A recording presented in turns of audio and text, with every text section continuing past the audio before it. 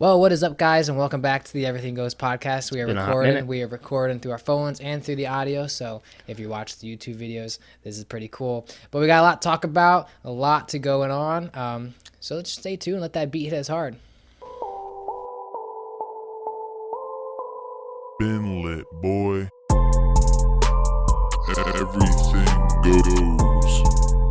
We now return you to regular programming.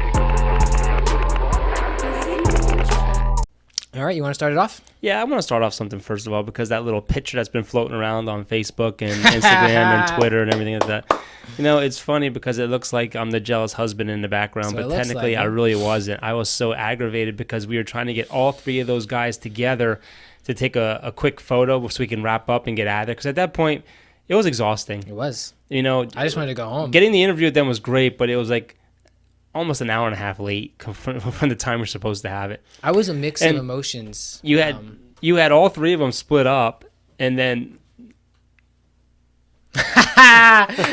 Andrew- she's laughing at us. Andrew's heading back to the bar. So it was just like we're trying to get all three of them together for a photo, and it just seemed like it took forever. No, it was definitely a mix of emotions for me when we got to the bar, and just seeing how many people were there. Oh my God, they have a big following.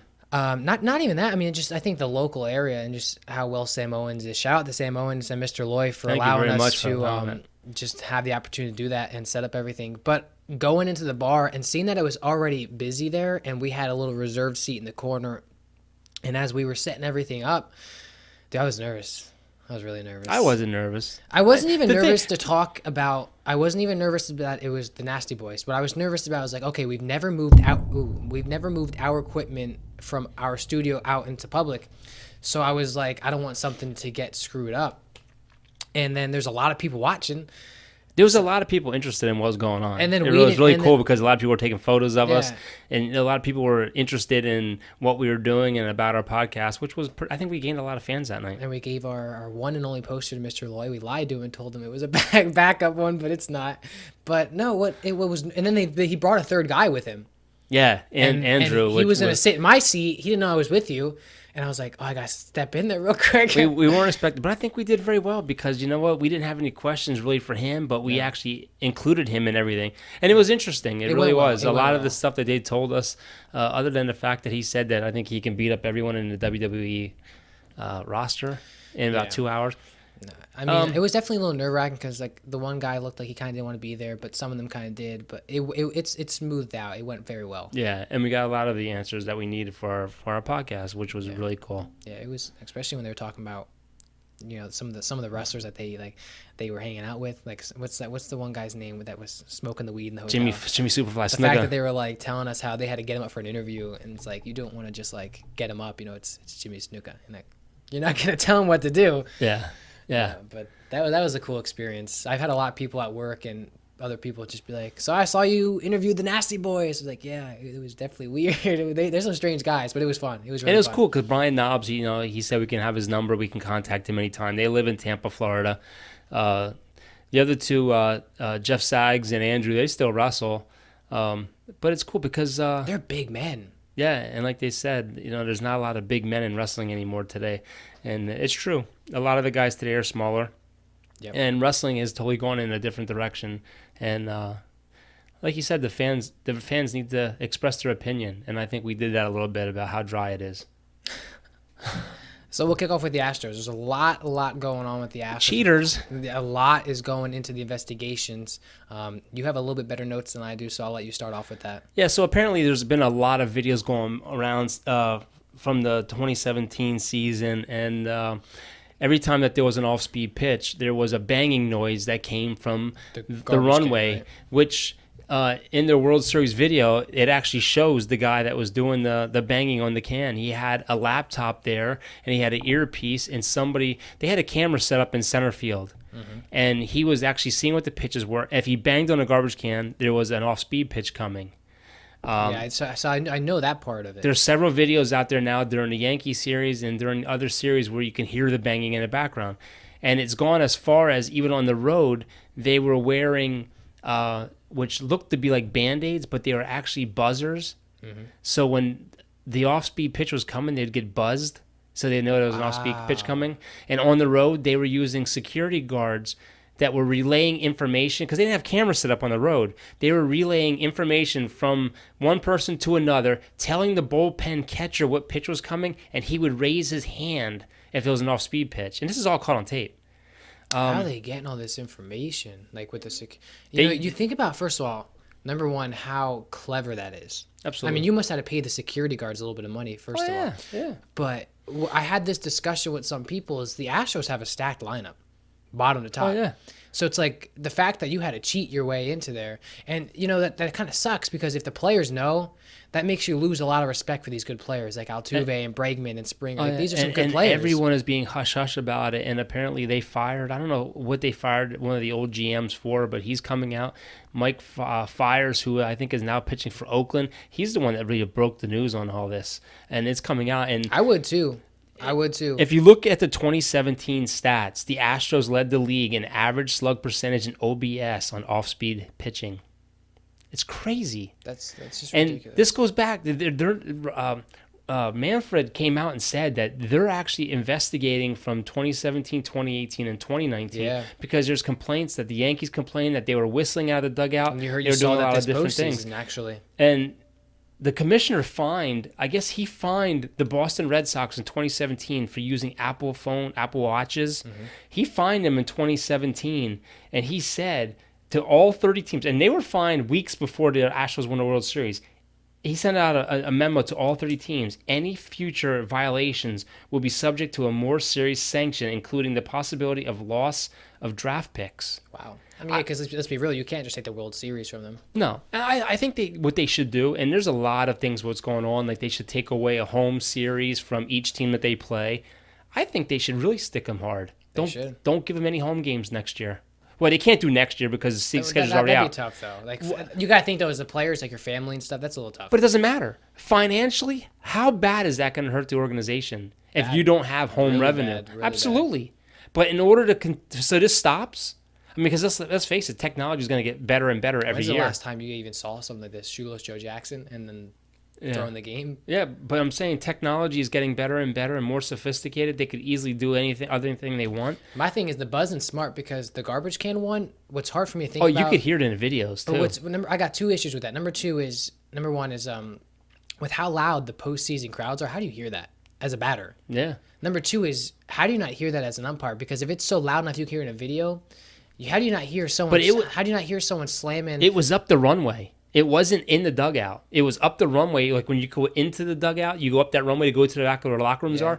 The table was set up right there. That's how stupid they were. They have this in their World Series video.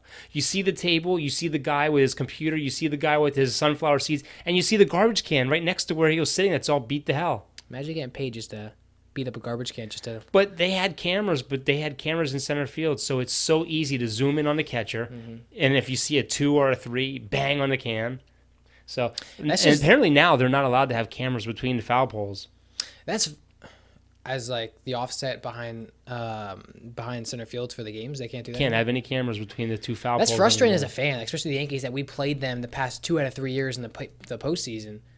The fact that, I mean, even this year, you saw Gary Sanchez came out and he said something about them stealing signs.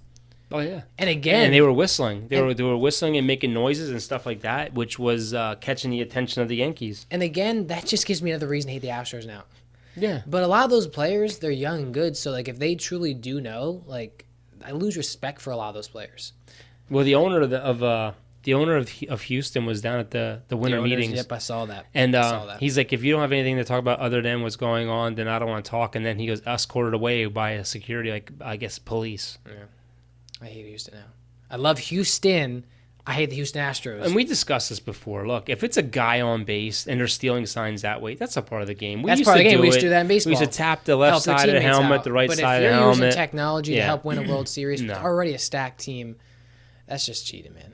Absolutely. Nobody likes cheaters. Technical difficulties there for a second, but we are back up and running. Yeah, apparently my storage on my phone is too full, so I can only record like 7 to 8 minute videos. So I'm going to have to get rid of a lot of those things, photos and stuff on my phone, or I'm getting a webcam because I'm getting frustrated with this. This is like, last Friday was the one that put me over the edge. I mean, that camera stopped recording like every 7 minutes, and I was like, just to the point where I was like, screw it, not doing it anymore. Yeah, that was another thing too, is when we interviewed the Nasty Boys, try fitting 3 wrestlers in Yeah, one big phone. wrestlers. We couldn't do it, but we tried, and they were a little, drinking a lot. So we just had to go for it. But we were talking about the Astros, how they're cheaters, and this is why we hate Houston.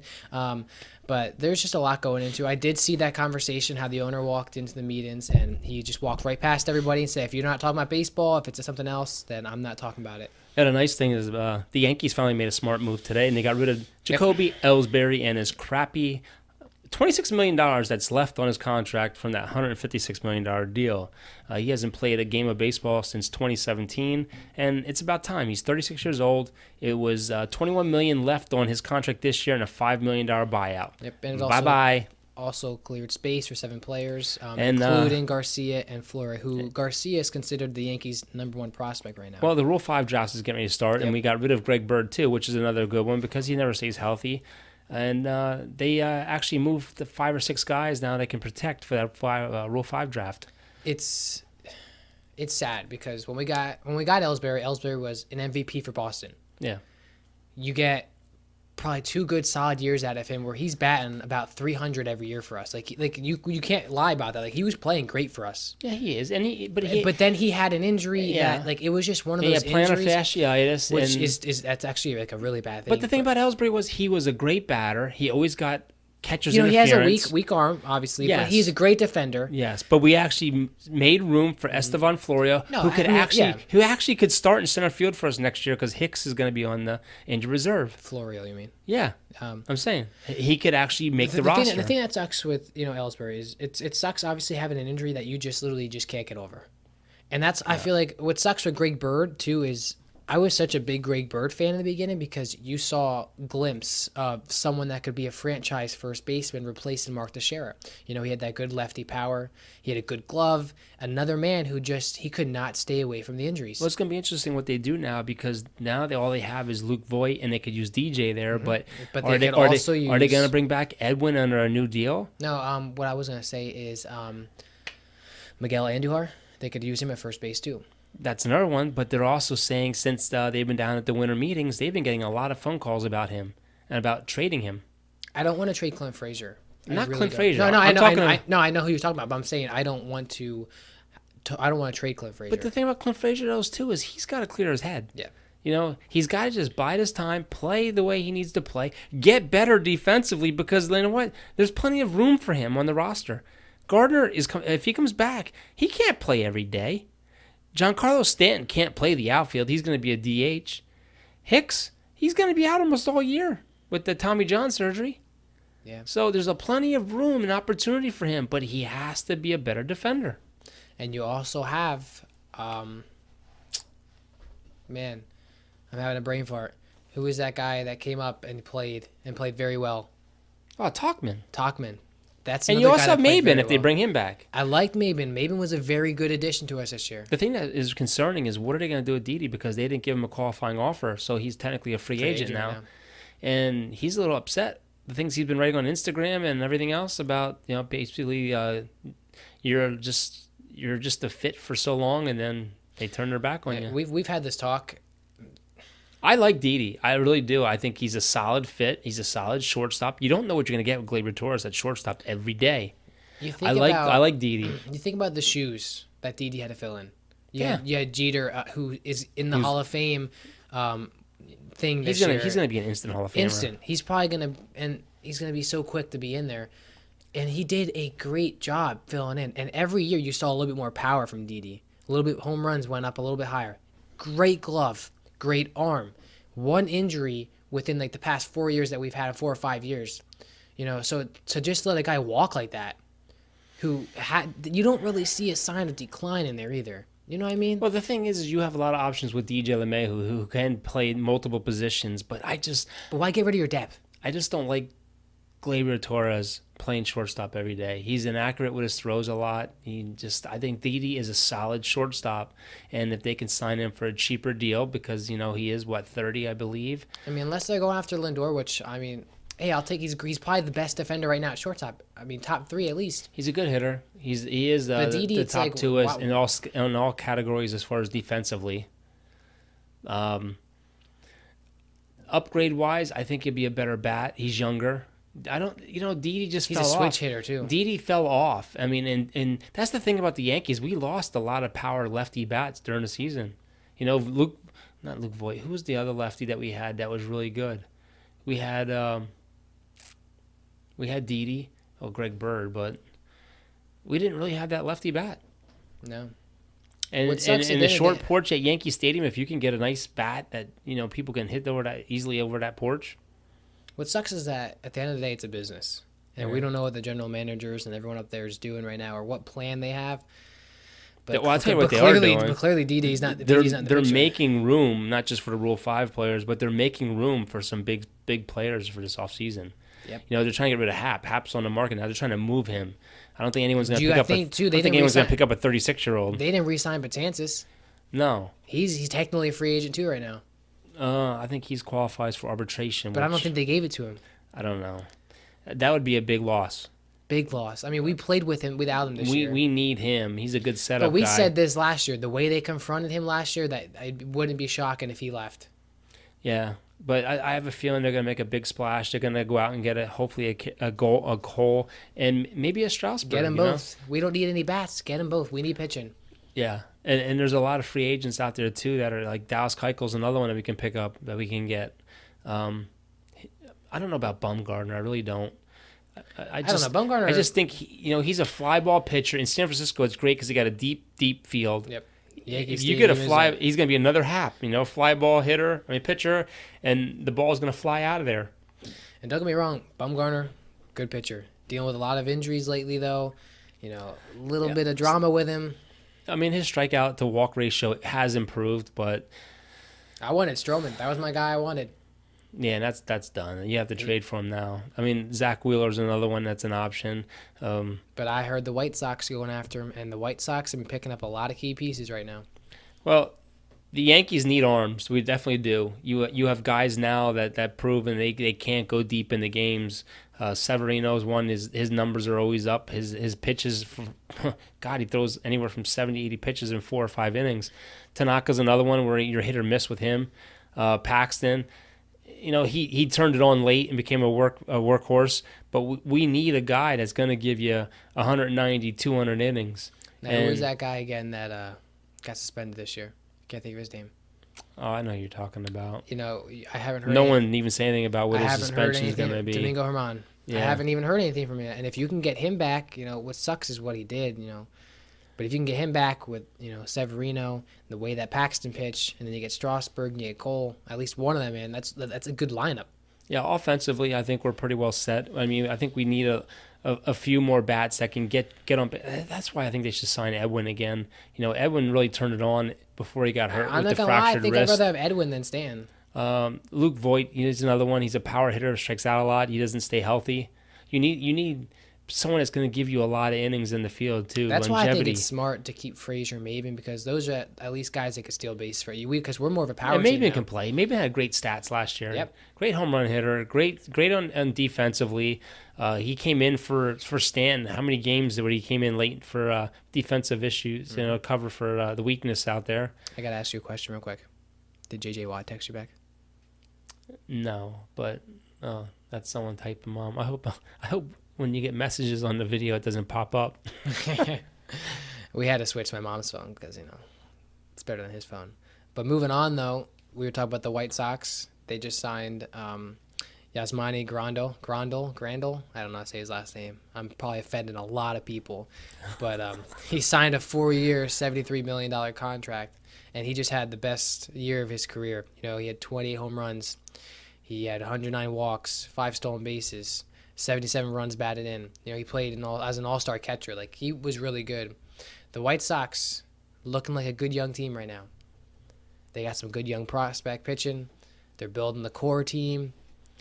So I love getting into free agent baseball. That's just one of those divisions, though, where you think it's going to be a good year for either the White Sox or Detroit or Detroit's so bad right now, though. Detroit's so out and of it's it. just the Cleveland that's Cleveland's division. They rule that division. There's just And then you have Kansas City, who's rebuilding. didn't they just get new ownership? They got a new coach. It's the old St. Louis coach. But you have the Twins, Amazing year. You have Cleveland, who always puts up a fight, but that's if they don't trade everybody this year. Then you have the Chicago White Sox. Like, it's definitely just those three teams. Detroit and the Royals are definitely... I mean, the Royals only had 47 wins this year, and they had 114 losses. Like, that's just so bad. I mean, the White Sox definitely had to step up this year. They had 72 wins, 89 losses, and they played pretty well. I mean, as the team with the team they had. Obviously, they're not a Twins or a Yankees team, but I'm excited for the Padres. Yeah, because they're talking about making some splashy deals here too. But you know what I'm really interested in? Does Boston self-destruct now? Do they lose a lot of those players? But they signed a lot of those players. Yeah, but like Mookie Betts, there's talking about he could be on the move. You know, you have pitchers. JD Martinez, I don't think. JD Martinez. They're talking about what was that one pitcher they have? Like one of their Purcell. I mean, who knows what's going to happen? Especially if I think those guys. I think one of those three guys signs back though, because I think they inked sale. But there's a situation where their head coach could get suspended.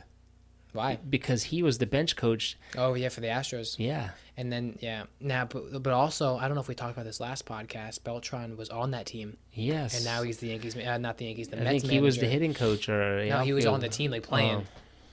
Well, they're saying at one point that he was one of the guys that was banging in the dugout on the road. Dude, this circus is going to unravel. It's going to be crazy because I think they're gonna make a point to suspend the crap out of this team and fine them heavily. We didn't even talk about how Mike Trout won MVP, and I think is crap.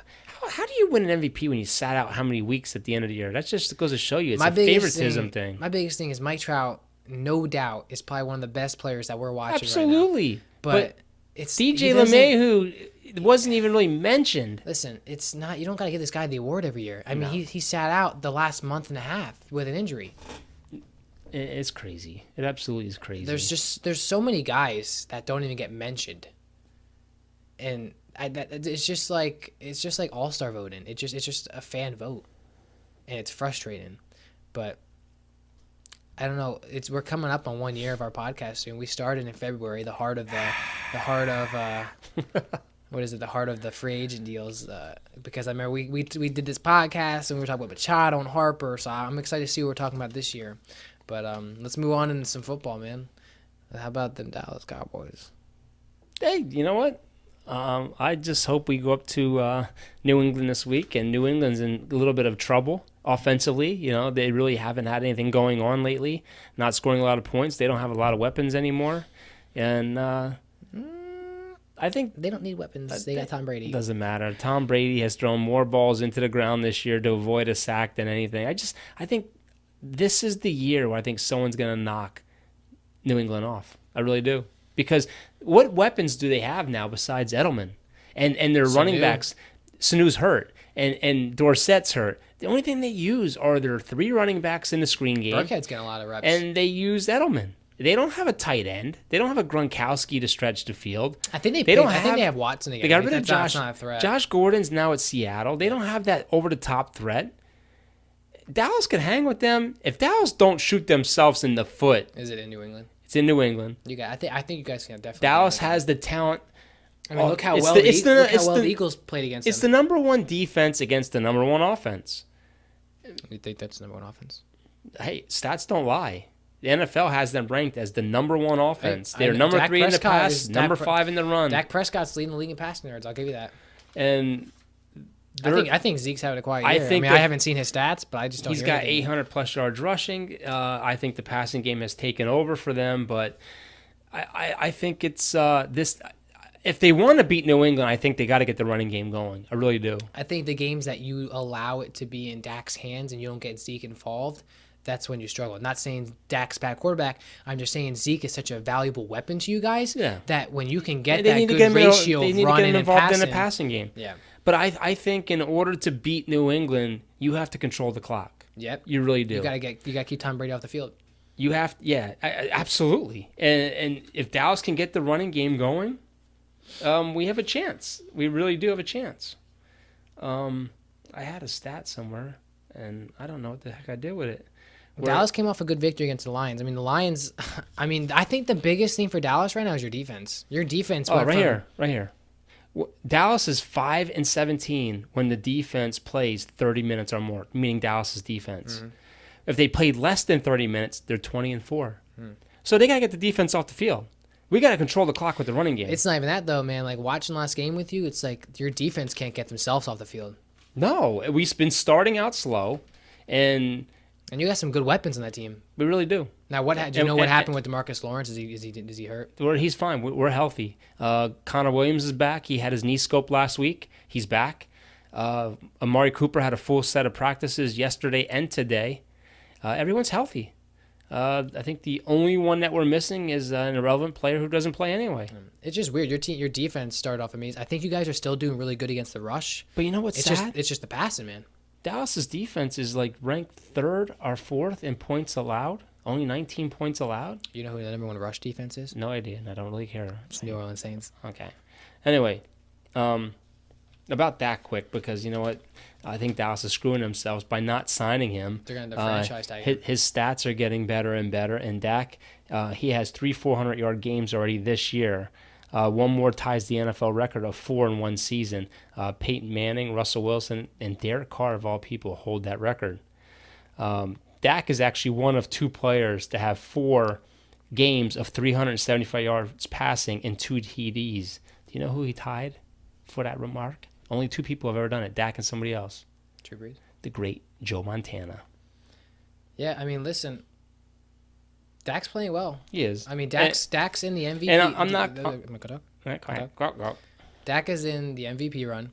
Dak is currently leading the league in passing yards. So Jerry Jones, they're kind of screwing themselves because his value is just going up right now. I mean, he's playing a lot better than Carson Wentz, who got a lot better of a deal than him. Well, they're ripping Zeke, though, because they're saying he got paid and now he looks slow out of the holes and he looks lazy. And do you know who's getting praised? Who?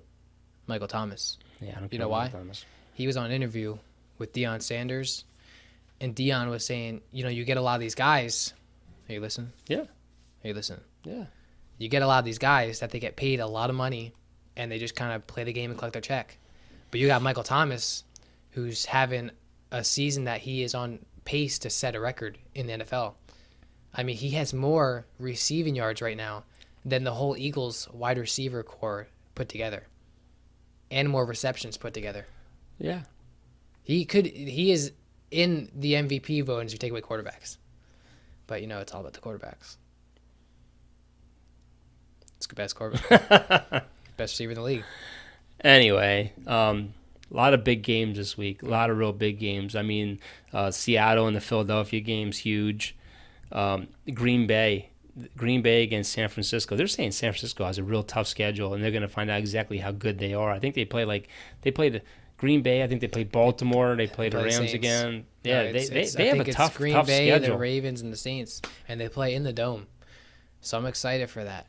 The Dallas and the New England game, they're saying that's going to probably be the highest sold ticket prices for tickets in one season because all those tickets have gone through the roof. A big game tonight for that division is the Colts against the Texans. Both teams are 6-4. That's going to be a huge game for tonight. Maybe you'll hear some loud bangs of a garbage can. No, that's a tough game. We do picks here, and I don't know who I'm going to pick yet because you have Brissett who came back and played very well. I didn't even pick the Colts to win. But on the other side, you have Deshaun Watson, who could possibly be MVP. I mean, he did just get beat by Lamar Jackson, so I think that puts Lamar ahead of him. But this is a very interesting game because they're both sitting at 6-4.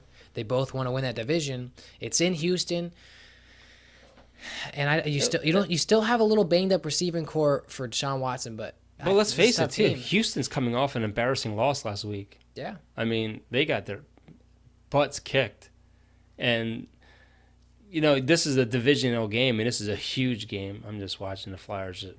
I don't even want to talk about them, but anyway. This is huge for Texans. They have to bounce back.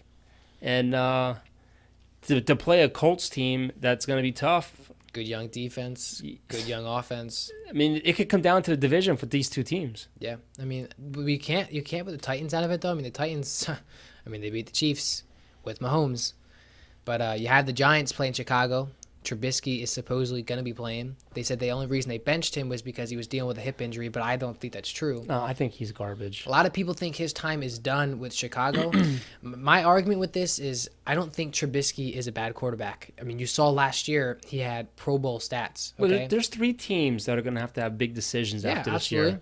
year. The Chargers are one. Yep. Phillip Rivers just threw 4 picks again in another game. The Chicago Bears is another. And then you have Carolina. You have Well, let's be real. Carolina, we already know they're going to trade. They're going to trade Cam Newton. Well, Phillip Rivers came out today and said he wants to go play for his hometown state of Tennessee, which, He said that today. yeah, I mean, if he goes to Tennessee, I mean, they have Ryan Tannehill, and they Who's have not playing and they have bad. Mariota, who I think is done as a starter in that team. I don't. I think Mariota would be good somewhere else. I like Mariota. I don't think Mariota is a bad quarterback. And then you have Cam Newton, who said he would gladly go play for the Chicago Bears. Which I think if the Chicagos want to win with the team they have, because let's be real, that defense isn't going to stay there if they keep losing. You have No. players that leave. They don't deserve to be there. But I think you put Cam Newton in there who can run, number one. You have a young running back team there who can't do anything you because really Trubisky don't. can't throw. Other than Robinson and Gabriel, you don't have a lot of receivers. They just lost Trey Burton for the season. They don't have a tight end now. So, My I only mean, thi- my only I don't thi- think Cam Newton's going to fix their problems I there do, I do. offensively. I think Trubisky isn't done this And I don't league. think Chase Daniels is a bad quarterback either. Chicago Bears are ranked in like the bottom 3 Which is good because Dallas goes there. of throwing the ball downfield. I think Trubisky's accuracy rating was the only person he's doing better than is Andy Dalton. I think Trubisky needs new scenery. I don't think his time is done in the NFL. I truly think what is going on with Trubisky right now is you have the whole it's getting in his head. And now you remember those baseball players that like they are all-stars and then they can't throw one day. Yeah. I think it's just all in his head. You have so many people. He probably hears on the daily, you don't deserve to be the starter. You know, there's so many people in the news talking about how he's not a good quarterback. They never should have drafted him. There were so many better guys than him. He shouldn't be on this team. You know, that gets to you after a while. Like, you start doubting yourself. Like, maybe I can't throw the ball downfield. Maybe I can't be a good quarterback. Well, that's why he wanted to turn all the TVs off. And yeah. I mean, you got to feel bad for this guy a little bit. I don't think he's a bad quarterback. I think there's just so much pressure on this guy. It's getting to him. It's tough for the organizations because this is only his second year? Third year. Third year. So to make that decision, I mean, and look what quarterbacks they passed up to get him. Yeah. Do you? I mean, let's face it. Dak wasn't good for his first 3 years. I mean, his first year, he came on the scene and he had great stats. I he mean, had a you great think about how many season times have you and Noah yelled at the TV saying Dak never throws downfield. You finally get the good coach in there, and Dak's starting to evolve, and now he's throwing. I got to give Noah credit. Noah was on the Dak bandwagon from day one. Yeah. Me, I wasn't. I was still in the Romo cloud. But I spoke the truth. Dak wasn't a good quarterback. No, but you need time to development. You're not going to be good right away. He's making throws this year that he's never made. He looks so much more comfortable. Plus, he's got a clean pocket. I mean, he's got so much time to throw the ball. I think fans and owners... He's only been sacked 12 times this year compared to 54 last year. I think people are so eager to say, okay, we draft a quarterback. We want him to win us 10 games right now. Well, he did that his first year. No, I know that. But I'm saying that's so rare.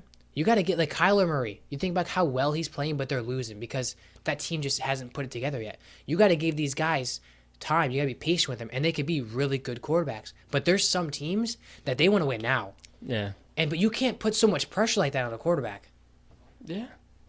But unfortunately, the quarterback, you're in the limelight. That's the key position, especially in the NFL where you can't hit the quarterback. It's a passing league now. The pressure's on you. There is a lot of The pressure is on the quarterback and the head coach. Let's get it straight. Yeah. That's who it rides on.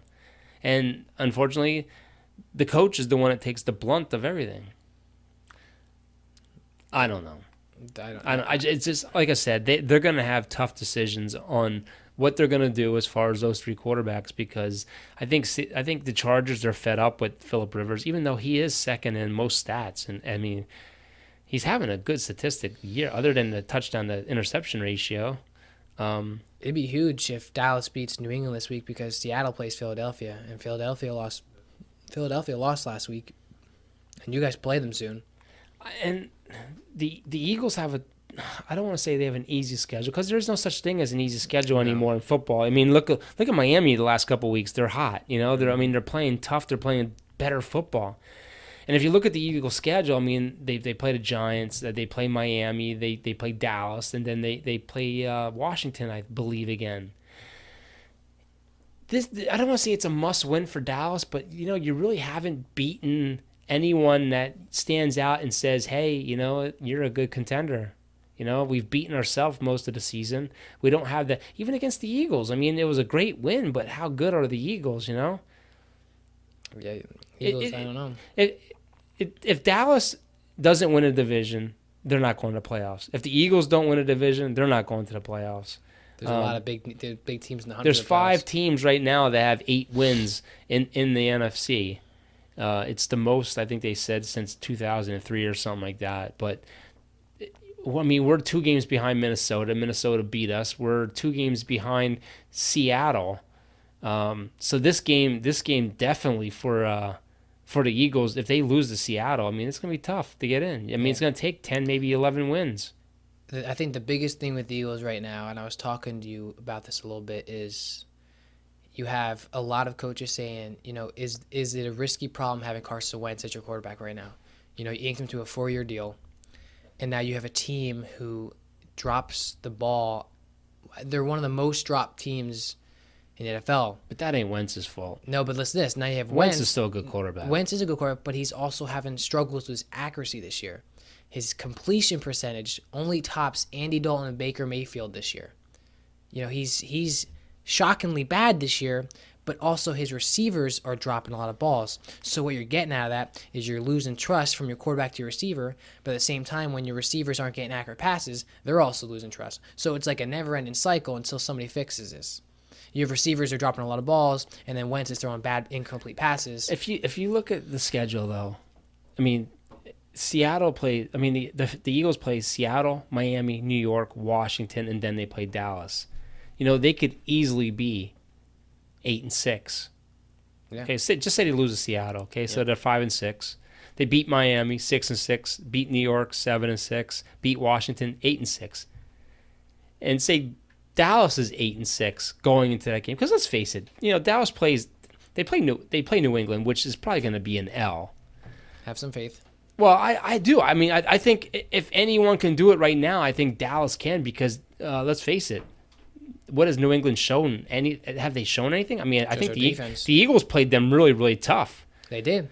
It's just their defense. I think and even Tom Brady came out and said, I mean, look at our offense is horrible. It's basically our defense and our special teams that's carrying us. But, okay, let's just say Dallas loses to New England, okay, 6-5. Can we beat Buffalo? Yeah, I don't think Buffalo's a good defense too.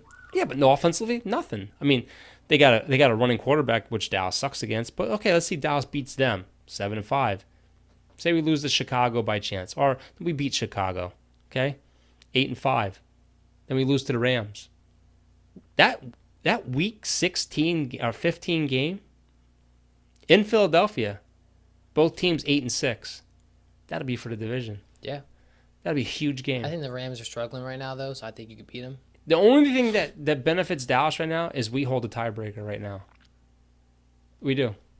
But I think the Eagles are dealing with injuries, and I think the Eagles are just not having it as a team or not. Like you said, they played the Patriots pretty well, but I think offensively it's just not going well for them. The problem about the Eagles, though, is as soon as they lose a game, and they could have been, I mean, don't get me wrong, they lost to New England, but they could have won that game. It was a good loss, if there is such a thing. Mm-hmm.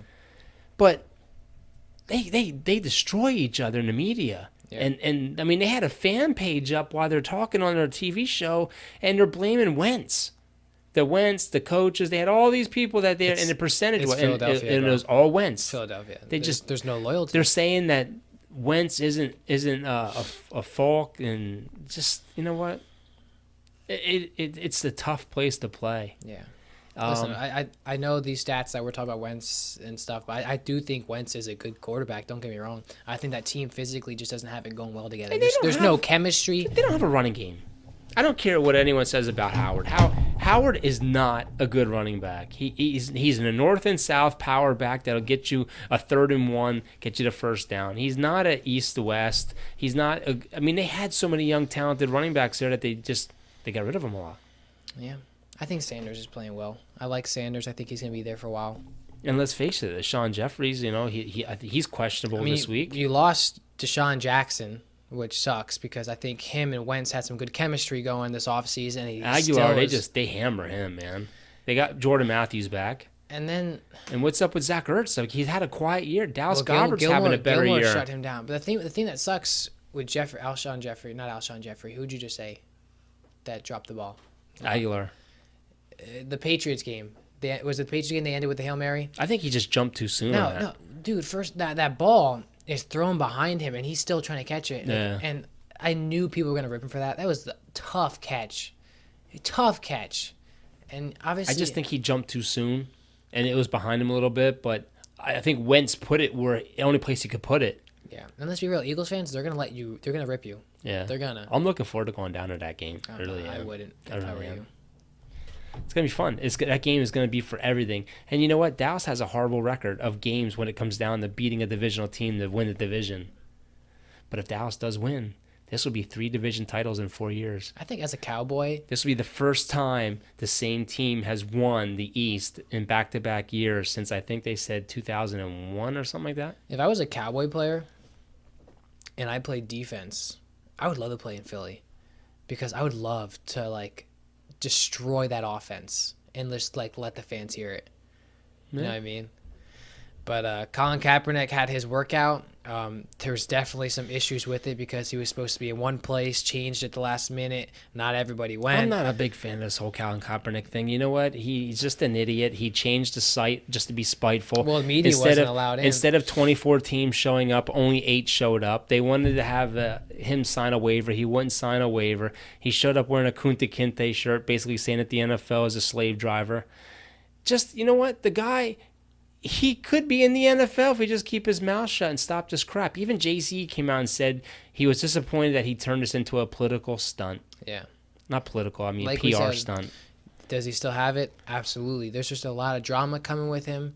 I mean, I understand some of these things are serious things in our world, but there's just a lot coming from him right now. Look, I don't even think he has it. Sure, anyone could throw a ball when no one's rushing you and on videotape with one receiver. But like I said before, he was 3-14 as a record. He got benched for Blaine Gabbert because his completion rating was under 58%. Yeah. Those aren't good stats. Don't get me wrong. He took him to the Super Bowl. He had a great time, the whole 9 yards. But he played 2 years after that. Alex Smith rode that ride most of the I understand that, but he played 2 years after that, and his stats went down, and he got benched. And he didn't get benched because of him kneeling. He got benched because he was playing like crap. Yeah. It is what it is. The guy sued the NFL. He got $86 million. This whole thing was a part of his deal to get a workout. He was a little bit angry because the NFL set him up and he didn't know anything about when it was going to be. So he moved the site an hour away across the other side of Atlanta somewhere. I don't get the guy. I don't think he really wants to play. I don't know, man. It's just there's so much. I know the record, but there's so much potential with this guy, and it's just he's blowing his chances. He could have easily been signed by Seattle last year as a backup. He turned it down. I think Denver offered him something too. And he could easily be a starter next year because look at the teams that need quarterbacks. And we just talked about some of them. Yeah. The Chargers, the Bears, Tennessee. And he has the weapons with his legs too. He can run. But the problem is the weapon that's killing him is his mouth right now. Yeah. It really is. And like I said, Jay-Z is trying to help him out, and he just basically said, you know what, he's done with this. You can only do so much for a guy. Yeah. You can't help those that don't want to be helped. Yeah, the opportunity. Almost every NFL team was there, and then he moves, and only half those teams go with him. But Myles Garrett, did you hear about that? His suspension was held up, and we didn't really get to talk about it when we had Eli on, but Pouncey's was reduced. That's just another sad thing that's going on in the NFL. Like I was saying, for people who don't really watch the NFL, they'll see this headline and be like, "This is just another reason why the NFL is why it is." Like I said, it's one thing to obviously emotions can take you somewhere in a game. We've all been there, pushing, shoving. But to take someone's helmet off of his head and slam it into his head with the toughest part of the helmet where everything meets together, where you could essentially end a guy's career. You know what's funny is there's people coming out in the media that know Rudolph, and they're saying he was a bully. He was a bully in school. He was a bully to other people in school. He's a bully to players in school. And they're saying that there was racial slurs on the field. But they said that they came out, it's not true. But the thing is there's people coming out saying that he was a horrible person. He's a horrible individual. He's a cocky, arrogant mother trucker. Yeah, and these people are really destroying him in the media. And they're saying that even his apology letter, that it wasn't from him. It was written by somebody else. That if you're really truly sorry, you don't need a piece of paper in front of you with some note on it. You can come speak from the heart. Yeah, I mean, listen, it's one thing to beat him up in football, and like guys get in fights, show them who's the better man. But again, man, you could kill somebody pulling their helmet off and hitting them with it. Well, Pouncey's suspension went from 3 games to 2 games. He's still fined $35,000. I believe as of right now, I think Garrett's still indefinitely suspended, and his fine was like $45,000. But he's going to lose more than that because he's suspended without pay. It's just another sad situation, man. But would you like to move on to some NBA before we? Yeah, let's talk about the NBA. Talk about our Sixers. I'm not really impressed with the Sixers. I really am not. They're getting the wins that they need, but they're struggling. They're struggling with turnovers. They're struggling. I don't know what the deal is with them. And all the pieces are there. They're 9-5. They barely beat the Knicks last night, which is sad. That's real sad because who the Knicks have? Yeah, not much. It's a scary situation because we don't have the shooters. Shot at 3 though. Yeah, that make a highlight. Yeah, we don't have. It doesn't seem like we have. For one, I don't know why we live and die with the threes. We have a lot of guys that can drive it and get to the hole. We should be running. Dude, we should be playing up tempo. We talk about this every year. We should be playing up tempo. These guys have guys that can get to the hole, and for some reason, we just want to shoot that 3-pointer, and we're not good at it. Yeah. I mean, and same thing with Joel. I mean, the other night, Joel had 7 turnovers by himself. Stop getting the ball and dribbling to the hole. You're getting double teamed. Get your butt down in the paint and play like Akeem Olajuwon, like Shaq. Back to the basket, turn and shoot. I think Embiid's bad with his dribble. He really is. He's horrible. He's averaging 22.9 points right now, which is good, yes. But like he said, he shoots a lot. I think Embiid would be putting up even more points if he played the actual role of a center. If he was dunking, if he was driving back with his to body. the basket, get down low, post up, and drive. We've talked about this a lot, though. We have a weird team. Everybody wants to line up at the 3. Nobody wants to get it. We have a great defensive team, though. I could tell you that. Oh, we do. I mean, we've been holding teams under 100 points, but for the most part. But I don't understand why. Like, there's guys on the bench that are playing very well, and that we're not playing them more, and just so we get this thing going right. Tobias Harris playing well though. He's 17.4 points a game. I mean, Boston looks tough. They look real tough. I called that from the get-go. I didn't think they were going to be tough. None of y'all believe me, but I said they still all. have a core team. They still have Jason Tatum. They still have Brown. They still have Gordon Hayward. They still have some good talent there. They do. I mean, they have 2 losses, and I think they lost last night in overtime. I think it was to the Lakers, I believe. But I'm concerned. I'm concerned that where the Sixers are going, and they got to turn it around. They really do. I mean, we're 2 games back.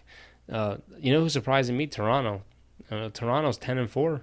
Or the Heat that are 10-3. And we play them soon, so we got to get things going. And I have to tell you what, the team that surprised me are the Lakers. Yeah, 12-2, playing really really tough. Anthony Davis and LeBron, man, they look really good together. And a lot of people called that, and that team's just tough to beat, man. Jimmy Butler though, he's playing a lot for the Heat, averaging 18.7 points. Speaking of LeBron James made history the other night. He is the only player in the NBA ever in history to have a triple-double against every team in the NBA. That's pretty good. That is. Only player in NBA history to have a triple-double against every team. Give that for him, man. He's probably the best player playing right now. And speaking of talented players, how about Luka? Luka Doncic from the Dallas Mavericks. Playing very well. Last night, they played the Golden State Warriors. Mm-hmm. And in the first quarter, Luka, He's the first player since Allen Iverson 2003, and this was February 19th of 2003. He outscored, out-rebounded, and out-assisted the opposing team in the first quarter. That's crazy. That's a crazy stat. And he's a sneaker free agent right now. Oh yeah, he is. Yeah, he is. He was wearing. He's got Under Armour looking at him, Adidas looking at him, New Balance looking at him, Nike looking at him. I think that this new trend is so cool. Of like, if you're a really good player, and you haven't signed with a sneaker deal, you're a sneaker free agent. He was wearing the Sour Patch Kids, Steph Curry's. That aren't even out yet. No, and then he was wearing the Jordans. You were saying he wore the Jordan 34s last night that aren't even out yet. I feel like I'd want to be a free agent because you get all these cool shoes. You don't got to specifically wear one brand. And let's face it, he's a hot, young, talented player. Man. He's a good player. He's got 7 triple doubles already this year, and we're only 14 games into the season.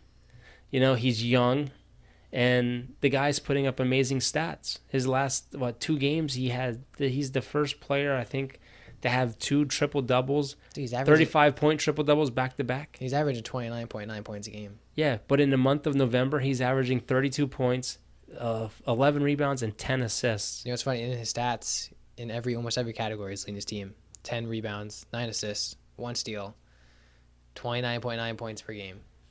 That's a player right there, man. You know what? Quick NFL note. The NFL, they're trying to pass a 17-game season for next year. 2 less preseason games. 1 extra week of football equals $1 billion for the league. So by adding 1 game, $1 billion the league will make. They're talking about having an extra wild card game, and the Super Bowl will be moved to the end of February. Pretty cool. Pretty cool. Well, partner, that's all the notes I got for today. Oh, yeah.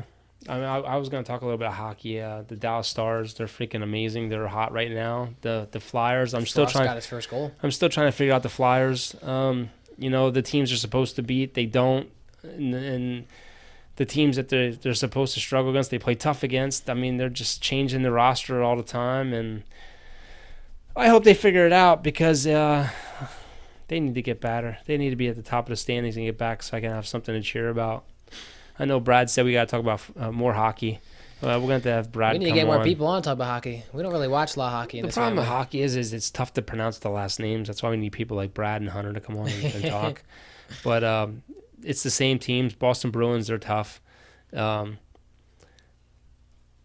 Just we gotta get them figuring out that roster. They keep changing it. Yeah. They're only they're only a few points back. They're at 24 points. They're only a few points out of a decent spot. But, man, teams like the Capitals, 36 points already, 16-4. Wow. Yeah. It's tough, especially when you're in a division where there's a lot of power teams like Pittsburgh. This is kind of going nowhere. I'm listening to the facts you're spitting at us. Yeah. No, it's for real. I need to watch more. I'm not gonna lie. I don't watch a lot lot of hockey. For a sports podcast, I'm doing a terrible job right now. Well, hockey, I watched it the other night, and I saw the Flyers blow a three-goal lead. It's hard for me, man, because the Sixers are on and the Flyers are on, so and then Disney Plus is out, so it's like so hard.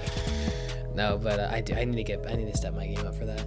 Yeah, but it's going to be an interesting week of sports this weekend. A lot of good football games, especially in college football. LSU is number 1 right now. Rose is a good quarterback. You got Alabama playing Auburn. You got Penn State against Ohio State. That's gonna be a good game. Which this is probably the only time I'll be a Penn State fan. I want to see them crush Ohio State. I'm okay with them. And it's gonna be interesting because we'll probably have another series where somebody gets left out. Like an Oklahoma or somebody that's good that belongs into the playoffs. Still waiting for them to expand the playoffs. If Penn State beats Ohio State, does that put Penn State up in the top 4? Ohio State, if they win, they're going to basically be in. I think Ohio State looks like one of the toughest teams. Clemson really doesn't play anyone tough the rest of the way. So it's going to be really, really interesting to see what happens here. It will. Hope you guys enjoyed this podcast. You can stay tuned to us through Facebook, our Instagram page, our Twitter page. Getting a recorder for this damn thing. We could just keep you in mom's phone because our phones are good. No. But check out our last podcast. It was the interview with the Nasty Boys. It's up on our YouTube page, our Spotify, iTunes, Google Music. This one will be edited tomorrow. Will be uploaded to all those platforms I just mentioned. But we do keep you updated. I thought that was the computer malfunctioning. But we do keep you updated through Facebook, Twitter, Instagram, mostly Facebook though. So hope you guys enjoyed this podcast, and we will see you guys on the next podcast.